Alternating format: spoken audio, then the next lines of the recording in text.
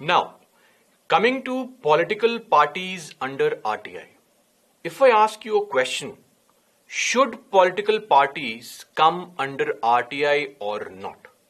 Obviously, most of you, every one of you would answer as a yes, in the affirmative, that yes, the political parties should come under RTI.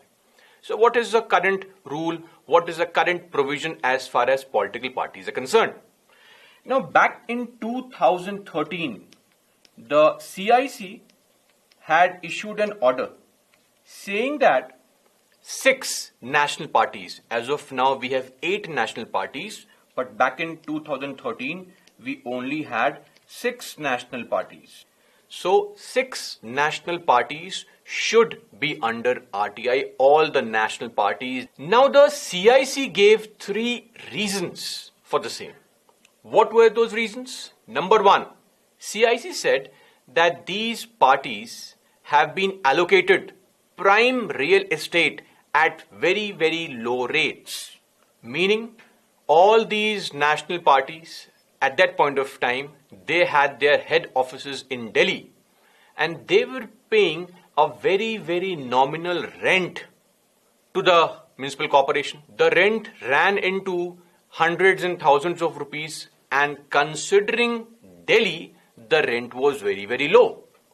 So this was seen as the government funding these parties.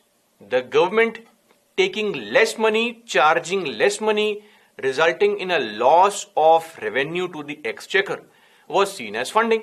Secondly, these political parties also enjoy tax exemption under Section 13A of the Income Tax Act. And finally, all these national parties were given free airtime on state media.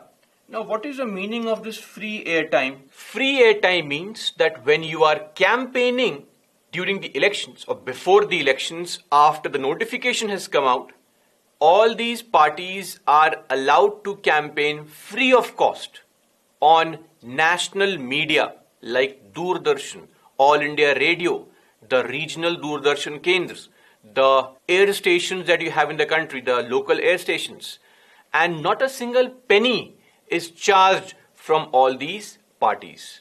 Otherwise, when these parties have to campaign as far as the local channels are concerned, as far as the private channels are concerned, these parties have to pay money. But when it comes to campaigning on these national channels, the state channels, then up to a certain limit, it's 10 hours on the national media, that is Doordarshan, All India Radio, and 15 hours in the regional Doordarshan Kendra or the regional air stations. So up to 15 hours of free airtime, not a single penny is charged. That is also seen as something wherein the state is funding you. So through all these reasons, it was decided by the CIC that the political parties, the national political parties, are being funded by the state, and this would bring them under the definition of public authority under Section 2, subsection H. So CIC's order came, and now people started filing petitions, filing requests for seeking information through these or on these political parties. Interestingly, political parties continued to deny information. They filed a petition against this order in the Supreme Court. That petition is still pending in the Supreme Court. No decision has been taken so far on that petition. And interestingly, to complicate the matters further, in September 2018, Election Commission of India, it said that political parties do not come under RTI. Now, back in 2018, the CIC's terms and conditions of service were equivalent to that of the Election Commission of India. But the Election Commission of India is a constitutional body. Its terms and conditions of service are more independent than the CIC. This means that obviously if ECI makes any statement which has an effect of countering the statement of CIC, this should also hold ground. So matters have become very complicated now as far as the political parties coming under RTI is concerned. Now, as I began this discussion by asking you whether political parties should come under RTI or not, and I believe everyone watching this video would answer in the affirmative that yes, these parties should come under RTI. But if further asked, if I'm allowed to ask a supplementary question as to tell me reasons, why should these parties come under RTI? Most reasons will relate to expenditure, meaning you would want to know the expenditure incurred by the parties. Where are they getting these funds from, funding, and on what basis, on what parameter, on what ground are these parties handing out tickets to contest elections to various candidates? But to answer all these questions, all these answers for these questions are already in public domain. If you want to know where each party has spent money, you can file a petition, a request to Election Commission of India, which comes under RTI. You can very easily access the website of Election Commission and get this information. This information is already on public domain. Secondly, coming to funding. Again, the same information is given to Election Commission of India, and if the funding comes through electoral bonds, then parties themselves are not aware as to how and from which company, which person, which individual, which corporate are they receiving these funds. So, they themselves do not know how will they provide us with any information. And to come to answering the question on tickets, a very classic answer by every political party is, they say we give tickets based on winnability factor. What is winnability factor? Winnability factor means I choose to give ticket to a particular person because I feel, in my opinion, the person has better chances of victory. It's your opinion against mine. There is no information as such. I feel, I have this opinion. I have conducted a survey. I have talked to other people. So in this regard, winnability, I feel this person has better chances of victory.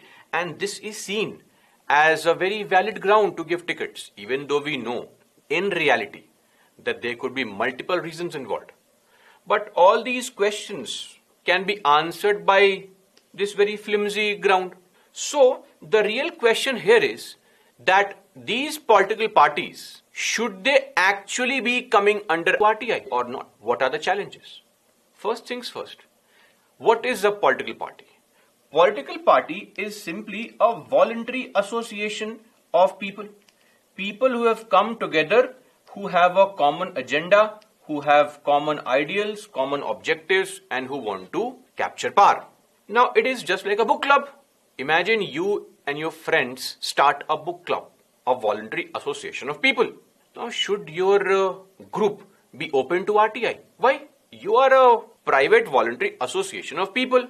So that's the first challenge. Second one, why should the political parties be forced into creating infrastructure? They do not have the infrastructure available with them. See, when it comes to the government, at every nook and corner of this country, in every state, every city, every town, every village, you have a government office. Almost every town, village, you have a government office. So, if you want to file an RTI, seek some information from the government has its people spread far and wide in the country. It can very easily get information. But same is not true for the political parties. What if somebody wants information on some person living in that state, but the political party does not have the office in the state? Where should that person file an RTI? All these parties do not have their offices spread far and wide across the country. Secondly, political parties have members running in crores. Some political parties like the BJP and Congress, they claim to have a membership of over 2, 3, 5 crores. Now, how do you expect these parties to keep all the information about all the members of the party, which is practically not possible? And all those members who are MPs, MLAs, MLCs, ministers are already covered. So, infrastructure is not available with them, and if we force it, it will be an additional burden, a monetary burden on these political parties to maintain infrastructure to provide for these requests for information. Thirdly, it is also contended that if such a provision comes into practice, political parties will start using it against one another, meaning just before the elections, one political party to harass the other political party to ensure that most of the energy of the political party is channelized, is diverted into supplying information only, will bombard that party with letters and requests. Imagine Congress bombarding BJP's office with requests for information and vice versa, BJP bombarding Congress's office with information requests. Now these parties will basically be harassing each other, and RTI will be used as a tool of harassment. So that's also there. And as I said, information with respect to basic things, it is already under public domain. So whatever information people seek is already available with us, with the Election Commission of India. So in case you really want to make a change, the right route is the RPA 1951, which talks about the registration of parties and other such rules and regulations. We have to make the provisions of RPA more stringent, more effective, and we have to ensure that these norms are followed properly. This would be the right way, the right route in which we can overcome the challenges with respect to political parties. The questions, the rightful questions can actually be answered. So these are some of the reasons as to why political parties should not ideally be under RTI. So in case you are asked a question, you can take a side. It all depends on you, but always remember that the questions you are seeking are already in public domain, and RTI may not be the real tool to address those concerns. So that is all as far as political parties under RTI are concerned. Now coming to judiciary under RTI. Now as far as the judiciary is concerned, the story is even more interesting. Back in 2008-9, one Mr. Subhash Chandra Agrawal filed a request for information to the Supreme Court. The CPIO of Supreme Court, the Chief Public Information Officer of the Supreme Court, denied giving information on the collegium process. This order was challenged in the CIC. The CIC issued an order asking the CPIO to disclose collegium information. This order of the CIC was stayed by the Supreme Court. A stay order was put by the Supreme Court of India, and the CPIO of Supreme Court challenged the CIC order in Delhi High Court. In December 2009, this matter came up in Delhi High Court, and a single judge bench in Delhi High Court, Ravinder Bhatt was the judge, who is now the judge of the Supreme Court. He upheld the order of the CIC asking the CPIO to furnish information. This was again appealed in the Supreme Court. Finally, in January 2010, this matter was appealed in the Supreme Court by the CPIO, and initially it was given to a 2-judge bench. It was then transferred to a 3-judge bench because it was a priority matter. Finally, in August 2018, 8 years later, this matter came in front of a 5-judge bench, a constitutional bench. And on the 13th of November 2019, the Supreme Court passed a judgment in this regard in the landmark Subhash Chandra Agrawal case 2019. In this judgment, Supreme Court said, number 1, that the Chief Justice of India's office will come under RTI. Meaning, the personal assets of judges can be disclosed because the personal assets of judges is an information which the CJI has. Secondly, and more importantly, Supreme Court in this judgment also said that disclosures of any kind will be decided on a case-to-case basis, meaning it would depend on what is the kind of information that the person is seeking. So Supreme Court said we will have to ensure that a balance is maintained between judicial independence and public interest. This balance is extremely important in the eyes of Supreme Court. So they have said that we have to maintain a balance between judicial independence and public interest. Apart from it, when it came to the collegium decisions, how are the collegium decisions arrived at? Are they open to RTI? Supreme Court said that yes, collegium decisions are also open to RTI, but they may not be disclosed if any of the party involved objects. Interestingly, Supreme Court has in the judgment made a very important statement. It said that RTI should not be used as a tool to scuttle the effective functioning of the judiciary.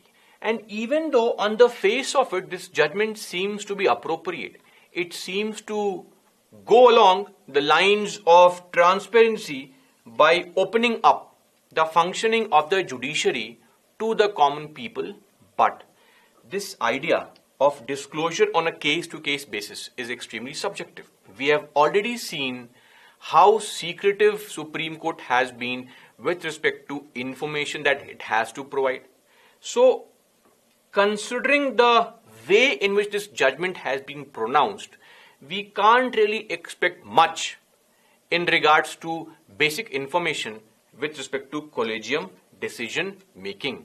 Now, the judgment is so vague that it says that if any party involved, whether the judges who have been promoted, elevated, or the judges who have not been elevated but their names was in contention, or the members of the collegium, if any party has any objection, we will not disclose the collegium decision-making process.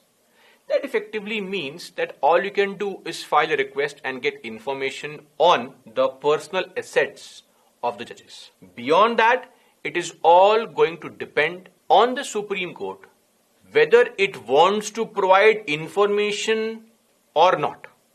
So we don't have a say. There is no right per se. Our right is limited to an extreme sense depending on the whims and fancies of the Supreme Court. So even though this judgment was seen as a landmark judgment which had the possibility, there was a chance for Supreme Court to redeem itself, to come out of these allegations of the opaque nature of appointments, opaque nature of making recommendations.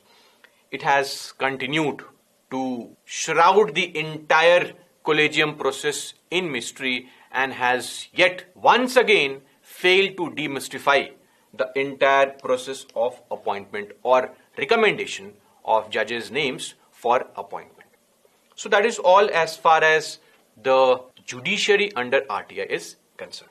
Now, in the recent times, especially after the pandemic, there was a development with respect to RTI, and that development was with the issue of PM CARES, that is, Prime Minister Citizen Assistance and Relief in Emergency Situation. So, as far as PM CARES was concerned, this fund was not under RTI as far as the government's point of view was there.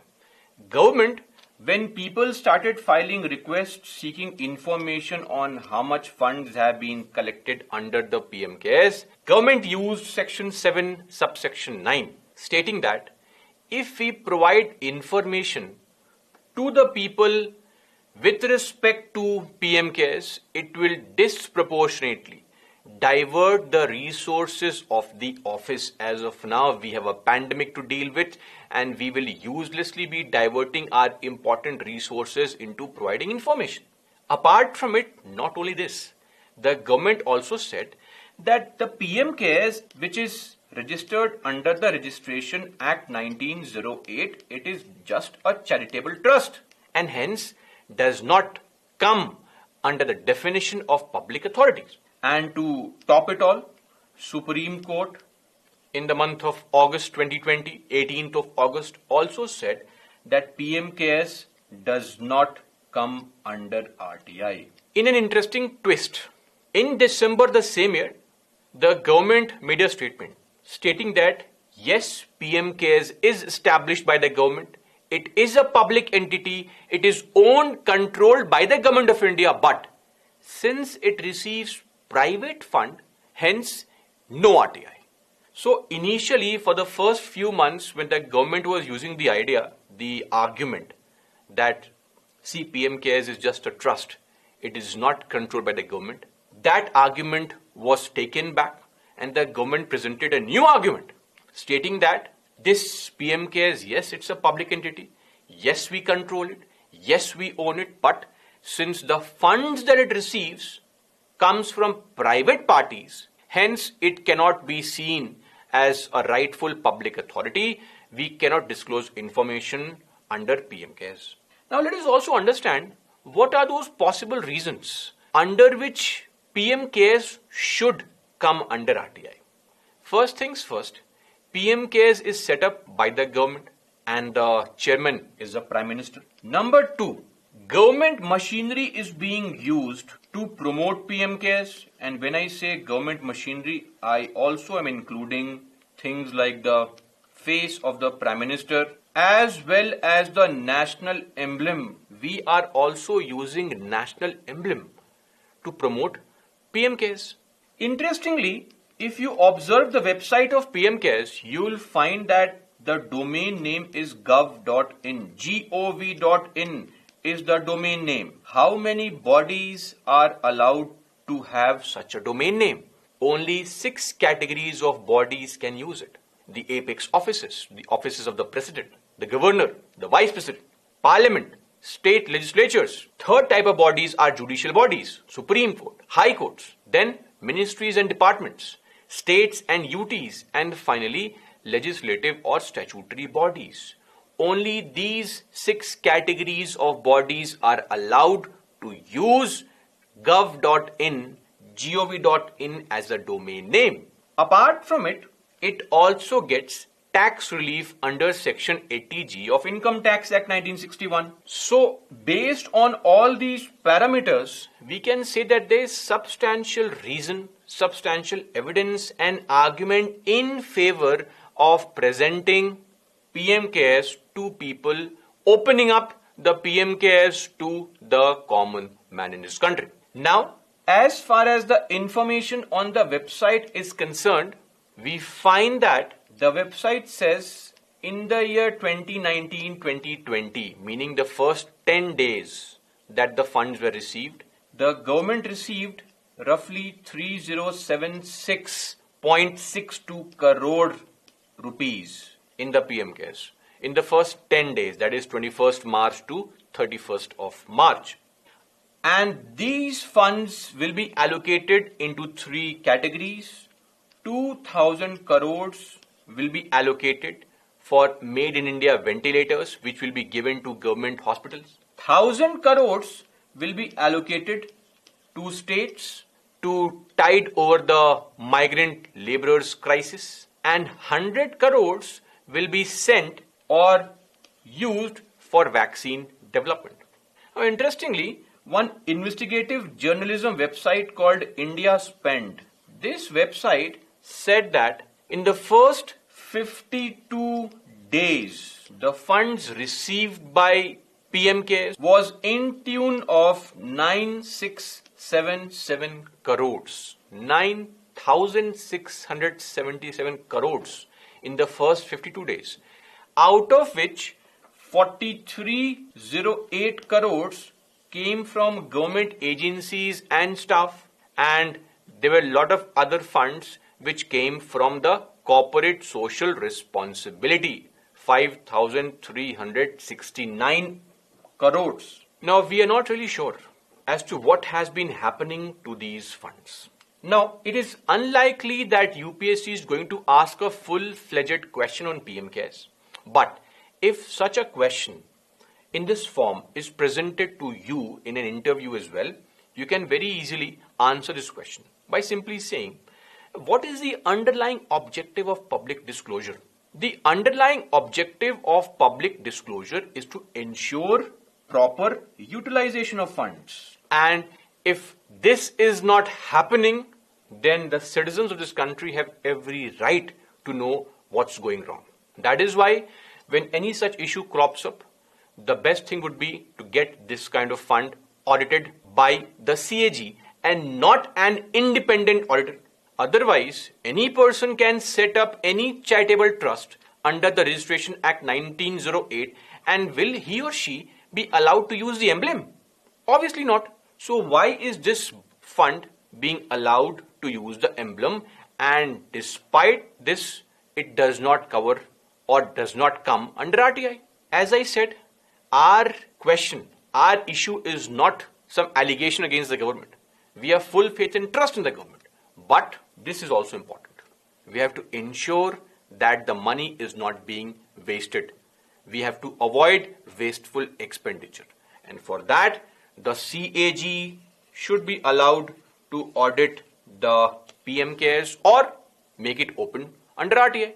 And interestingly, when government has received so much of funds, we are not sure where these funds are being used, because as soon as the situation worsened, the government went on a borrowing spree. The government borrowed $1,000 million, that's roughly 7,500 crores, from IBRD, or it also borrowed 500 millions from the ADB. It again borrowed 3 million in June 2020 from ADB. So government is constantly borrowing funds for or in the garb of using these funds to tide over the pandemic crisis. And we are not sure what has happened to these funds. Apart from the only information on the website, which is very, very bare minimum, it says that, some money is being used for ventilators, some money for vaccines, some money for migrants, and the states have denied receiving any fund from PM Cares for tiding over or taking care of the migrant crisis. So eventually, we have some issues. Doubts are being raised on what has happened to the PM Cares fund, and the rightful thing, the right step for the government would be to either get the funds audited by the CAG or open it to public scrutiny. So that should be a response with respect to any such question asked in the exam as far as RTI is. So this is all that you have to know about the RTI Act, the issue of transparency with respect to information, as well as the provisions of the Act, the challenges, the issues, the recommendations are concerned. That's all for this video. Jai Hind.